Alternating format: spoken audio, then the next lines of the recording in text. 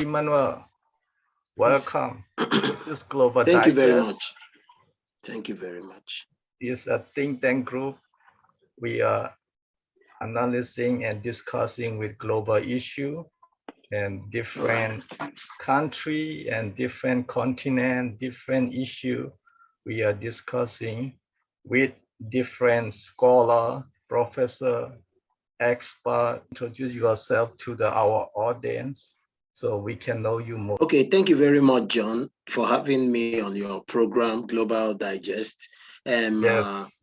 I like such a program that you have come up with. It's a very lovely one. At least when people are well educated, if they are well educated, of course, they can understand how to tackle issues. And also, I believe you've been doing this for quite a while, and Yes. history would actually, posterity would depend on history so as to know how to move forward in everything that has to do with global issue, even in our individual life. So I thank you very much. My name is Emmanuel Ezenwa Obichuku. I'm a Nigerian. I am an ambassador in the World Peace Track movement, which actually started in it's established in Switzerland, but an Israeli is our major convener. So we are here in Nigeria handling the part of Nigeria, while we have our members all over the world. Now, what this peace track movement does is that we try to promote peace in areas of conflict. Also, we have some programs that we use in facilitating peace.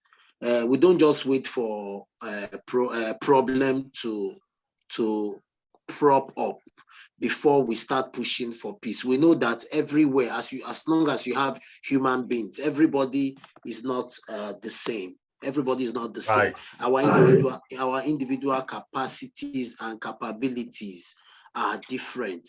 So what World Peace Tract have done is to bring different individuals of different disciplines, bring them together and try to see how they can actually come up with innovations that will promote peace in their different regions.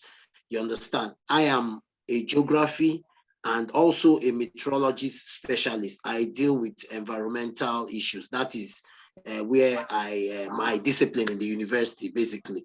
I studied in the Enugu State University, and I've also done some world acclaimed agricultural and other programs in some universities around the world. I wouldn't want to mention that because that's not why we are here. We are here to talk about issues, to see how lives can be affected, to see how peace can be promoted. God has created us as human beings, not to lord over other human beings, but to help to be a channel of peace to every other human being. But just like I was saying, you see that human beings are not the same. The way your parents trained you is not the way my parents trained me. My capacity to deal with issues is not the same with somebody else's capacity. So that is basically what we do in World Peace Track. Thank you very much. It's very good information about your organization. You can share about African issue, especially geopolitical crisis and also, democratization, particularly liberal democracy in each region, how they respond on liberal democracy. By the way, your organization is anything dealing at the moment. You are doing any project with your organization right now? Yes, exactly. Just like they give us, my organization, that's the principal organization, gives us updates from time to time. Even in this crisis between Ukraine and Russia, I think they are doing something. Not I think, sorry for that language. They are already doing some things that has to do with that. But let me focus on where our strength is in Africa. Now, you discover that democracy is actually like a leadership platform where people come into power. And unfortunately, we have not been very lucky.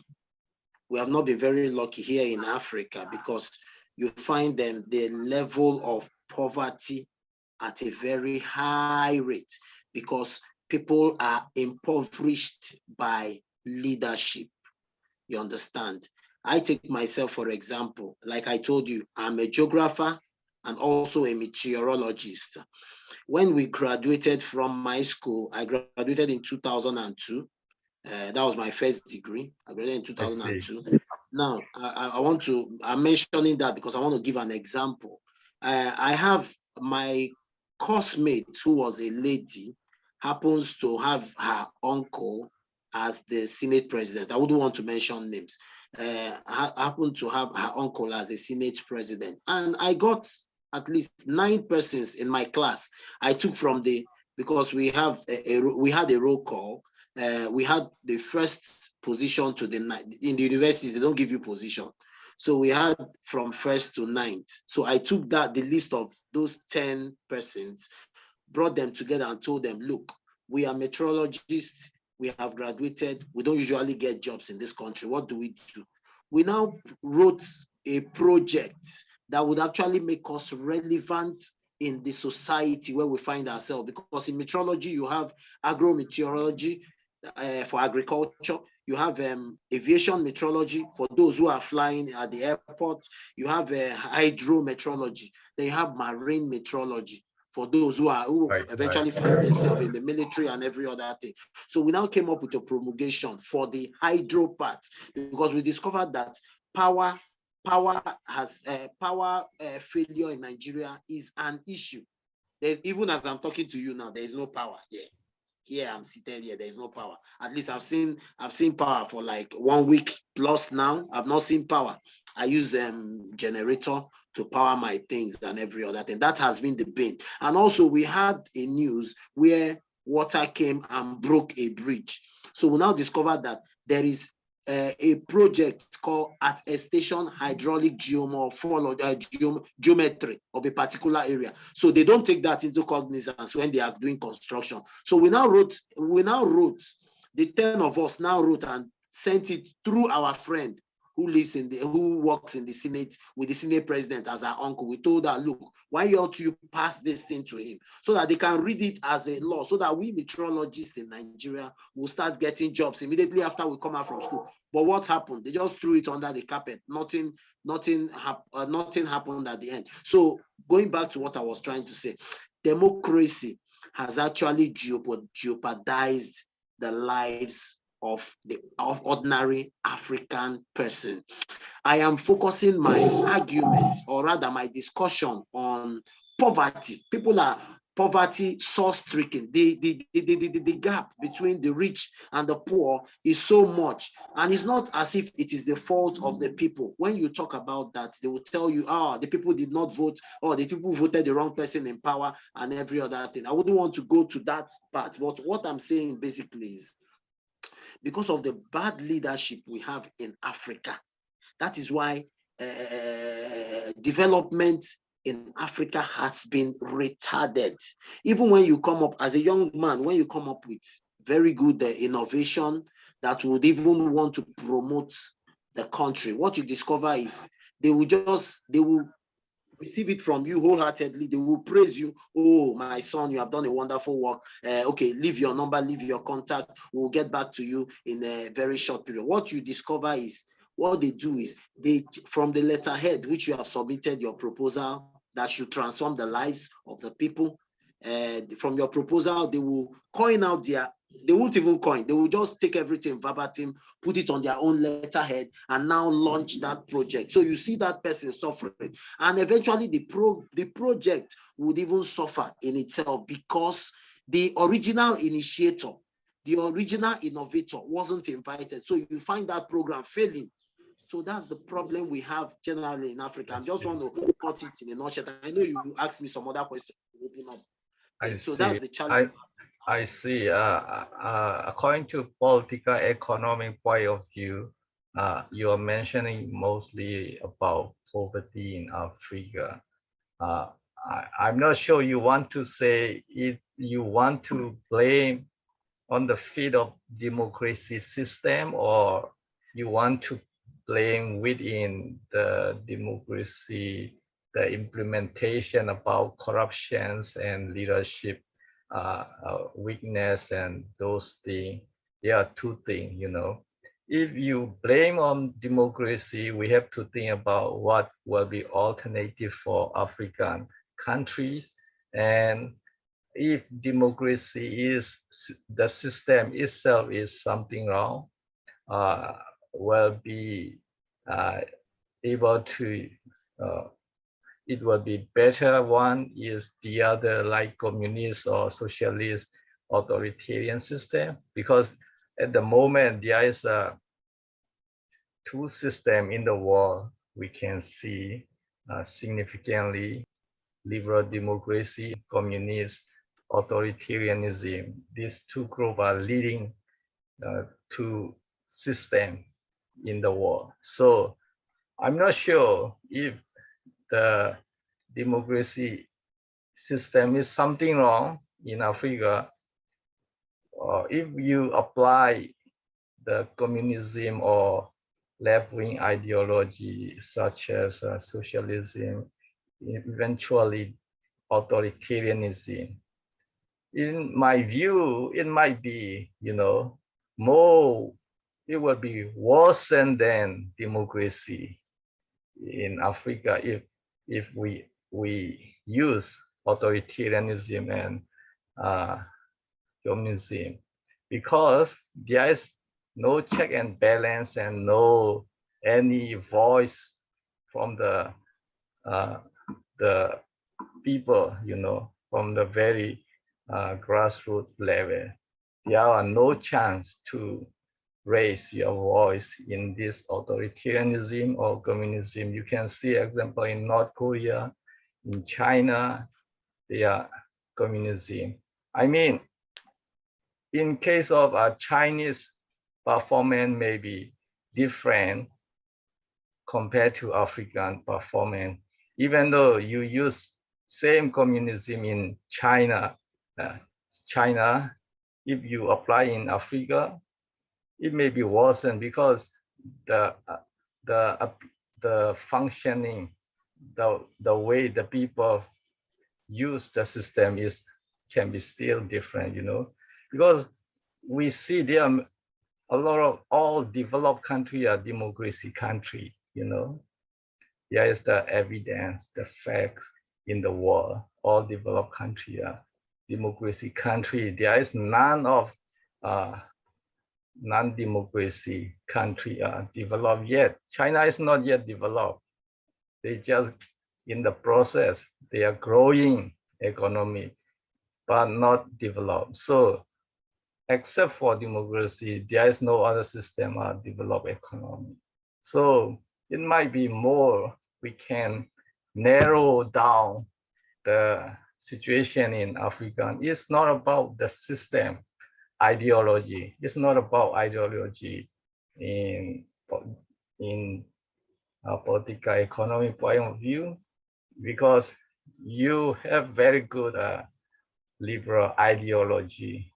At least people are willing and people can participate in that system. But within democracy system, African leadership and the elite group and some ethnic group or some, you know, selfish or, you know, who are not dedicated for their people or their country, elite, and some leader also they are lazy or they are ignorance, or the way their mindset, you know, the way they are thinking, the way their heart and mind, kindness upon their own people, their own family, it may be very much reflect on the poverty in Africa. So I don't want to blame on the system. It's not about democracy. It's about the people who use democracy. They are not properly using, even though you have a nice car, you know, if you don't use properly, if you don't go to the correct direction, the even the very good car will be crushed and damaged. The way how you drive the car, that's also very important. So in Africa, I mean, you have a car, but driver is not driving properly and not proper direction. He is driving on the side road, or on the rocky road, or he did not look carefully about any obstacle in front of the car. He just comfortably sitting in the car, and if he drink, if he is a drunkard, the car will be damaged and lost direction. So it may be more about corruption and a bad leadership, I guess. Very bad people, maybe elite people, in that case. Yes. You have actually spoken extensively on systems. Now, right. What we do basically, let me just try to buttress something you mentioned for the benefit of those who may be listening and those who listen to this podcast. Sure. You mentioned something about the socialism and the communism. The democracy is a very wonderful, just like you have already established, it's a very wonderful, system. You understand? It is those people who have found themselves there that are not running the process well. And remember, it is actually, it is not, democracy is not African. Democracy is not, it did not develop from Africa. It was a borrowed system. It's begin in Greeks, It's from the Greeks. Ancient time in Greeks, so it's yes. Spread across Western country and then across the world and Africa. Yeah, it's started in Greece. Yes. So because it is not like in I am from the Igbo clan. If you know, in Nigeria we have three major ethnic groups. We have the Yorubas, we have the Hausas, and we have the Yorubas. You have three big ethnic groups in Nigeria, right? Three major ethnic groups in Nigeria. Yeah, yes, we have three major. They have over 230. Over 230. Nigeria is a large country. We are a population of over 200 million persons. What I was going to say is the fact that we have our own, in my tribe, I am Igbo. My name indicates that. In our tribe, we have our own kind of local system. Before the white men came, we were already running a system. What we were running is theocracy. Right. We run theocracy. The priest is usually the eye, like the judge. And you remember, if you go to the history, you discover that the Igbos actually migrated from Israel. We are descendants of Gad, one of the sons of Jacob. I see. So that system actually followed us to our own clan. So when the white men came, they brought the Western system, which is the democracy. So right now we have been practicing that since we left the military rule and entered the democratic rule. And it has fared well. It has fared so well because there are lots of development that wasn't here when the military were here that has actually propped up.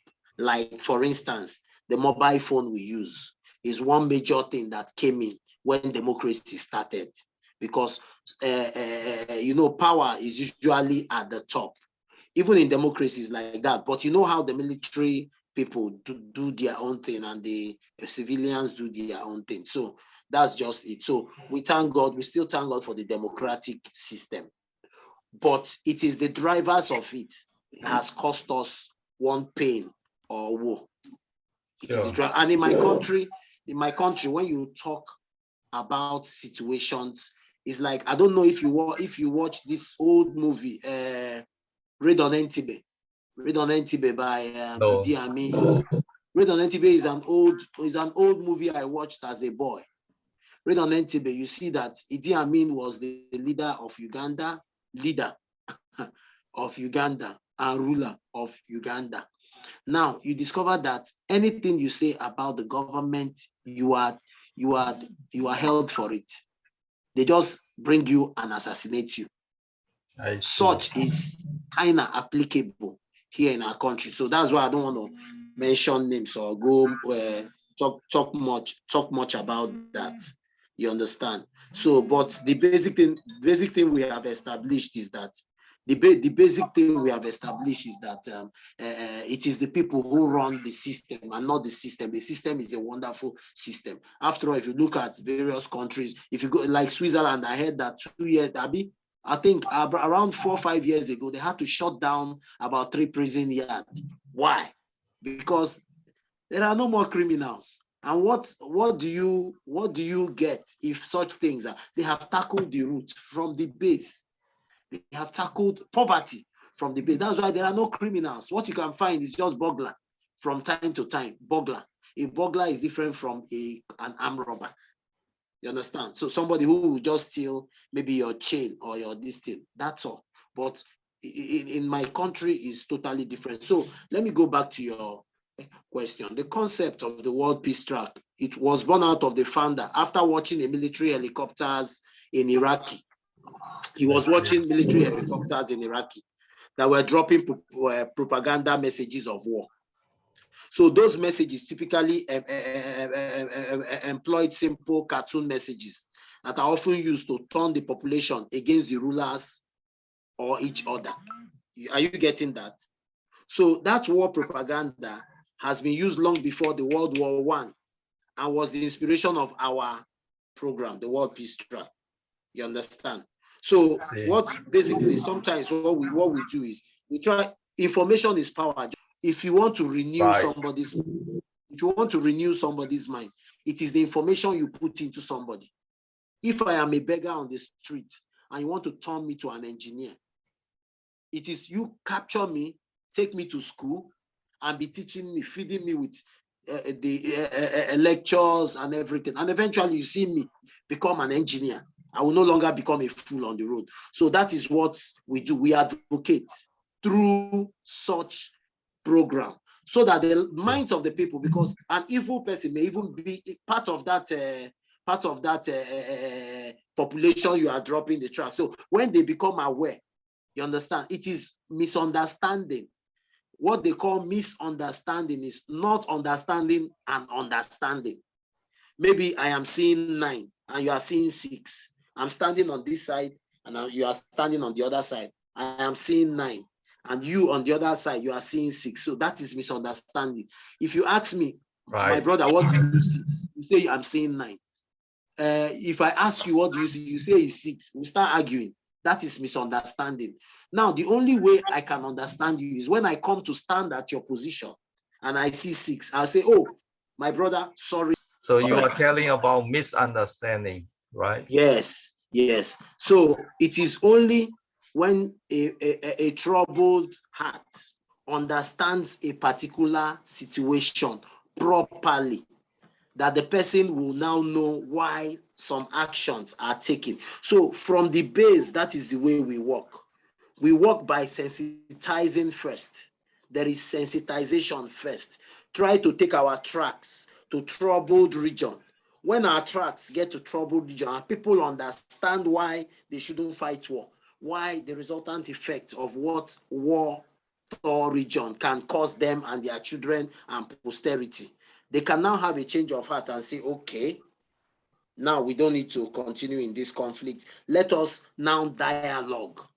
In order to avoid misunderstanding, if both parties in the conflict, if they are in same liberal democracy, they can see only one thing, similar thing. But if the conflict party are different ideology, one is a liberal, one is the authoritarian, they will not see the same things. They will see things differently. So in political point of view, what you're saying is that the person different, seeing different misunderstanding is a different, position of each country, each ideology, especially. Yes, you're right. That is it. So that is the way we work. I see. So we also have peace programs. We also have our fellow colleagues doing great peace programs, like running NGOs, working with NGOs to ensure that children, just like I was telling you about, to try to alleviate their sufferings. I see. So, but first of all, we use education, we use comics on those to promote peace. Then understanding, very key. Mainly sponsored by European, or which sponsor do you have? Our principal actually lives in Israel now, because Israel is like a peace, is a place of peace where peace talks are being held and every other thing. Then, like I told you, in Switzerland, which is the major. Now, I meant it's Sweden and not Switzerland. Europe may be a better place to live, but Africa, where I live, we are really faced with lots of challenges. Like, in Nigeria, the problems we are having, your life is not secure. At night when you sleep, you don't even know if you will wake up. There is no night life here in Nigeria. I know my daddy was telling me many years back before he passed on. My daddy was telling me, I grew up in Lagos. If you know Lagos, of course, you've heard Lagos, Nigeria. Lagos is the New York City of Nigeria. It's a megalopolis. Those years, before lots of people migrated to Lagos, Lagos used to be a place where you can have your nightlife. But even in cities, as countries begin to develop, even in cities, there is no nightlife because people's lives are not guaranteed. So I would want you to help us talk to leaders who can help us in Africa. Why these things are happening in Africa is not to start giving arms, is to tackle the basic thing. When you tackle a problem from bottom up, you actually totally solves a problem. The problem we're having in Africa I know it's also in some parts of the world. That's why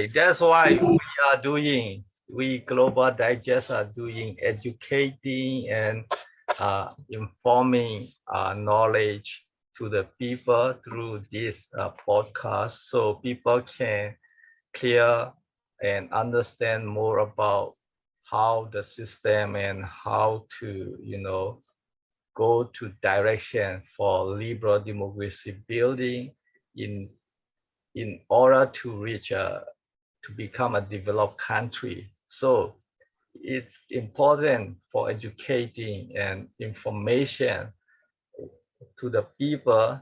Without their understanding and without information, it will be basically difficult to start up to change the society. So we need to do a lot of such kind of education and information podcasts, so the people can understand more and more with the comparison with different country, different region, different society.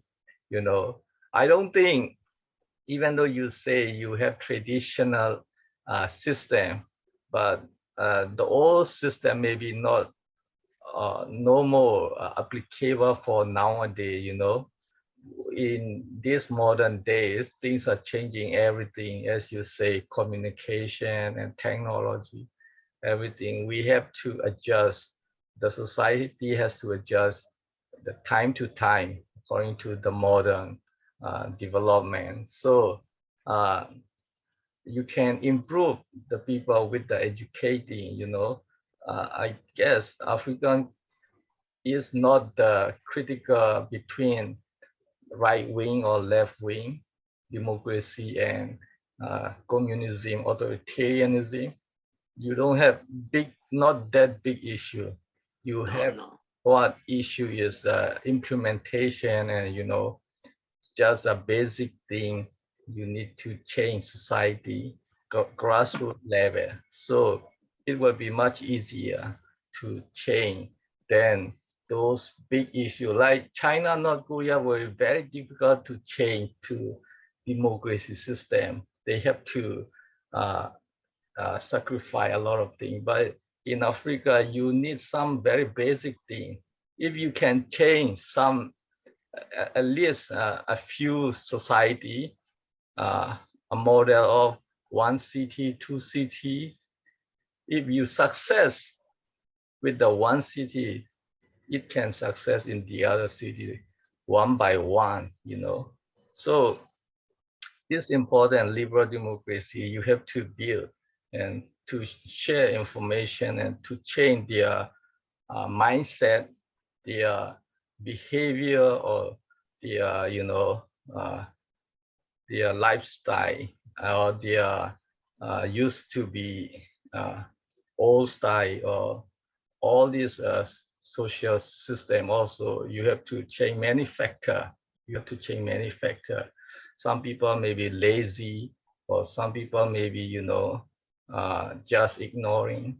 So many factor you have to change. Then starting with the basic grassroots level, you can gradually transform to the, a developed country, and very similar to Western country and other developed democracy country. You can do that, but the thing is, you have to dedicate it. You have to, commitment to do something for your country, your society. So many young African and, current leader are very important.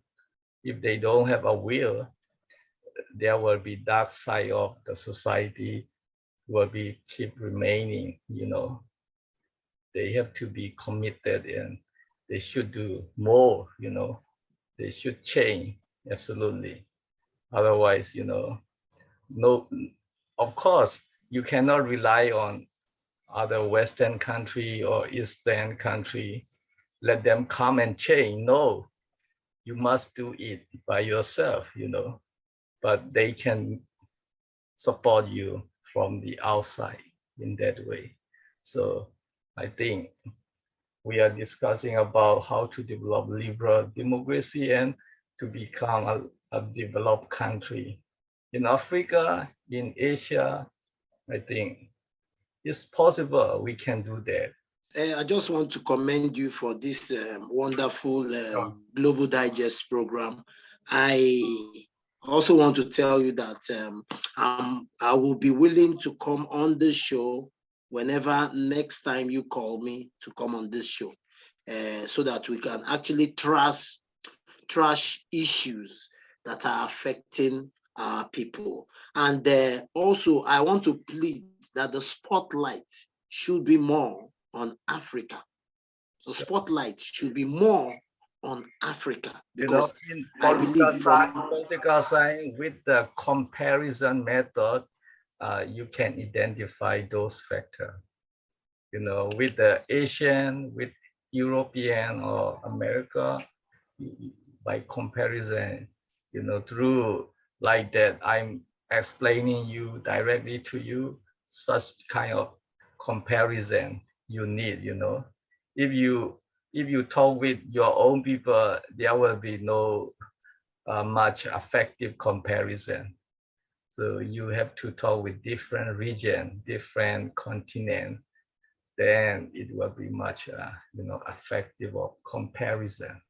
All right. All right. One last, final note. We should also be open to developing solutions and not just discussing problems. Practical solutions that can actually be adopted in societies to better the lives of citizenry. Thank you.